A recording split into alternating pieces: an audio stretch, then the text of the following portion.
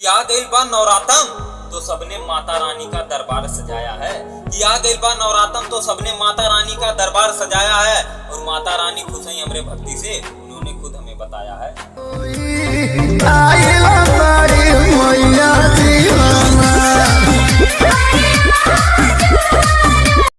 कि सगरो पंडाल सजल बा और जम के पूजा कराता गांव के नौआ हो।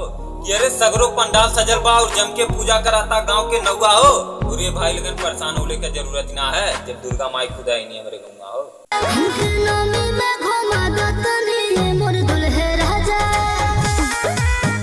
इतना बढ़िया सजल बा माई के दरबार और हम दरबार छोड़ के ना कहीं जात हई।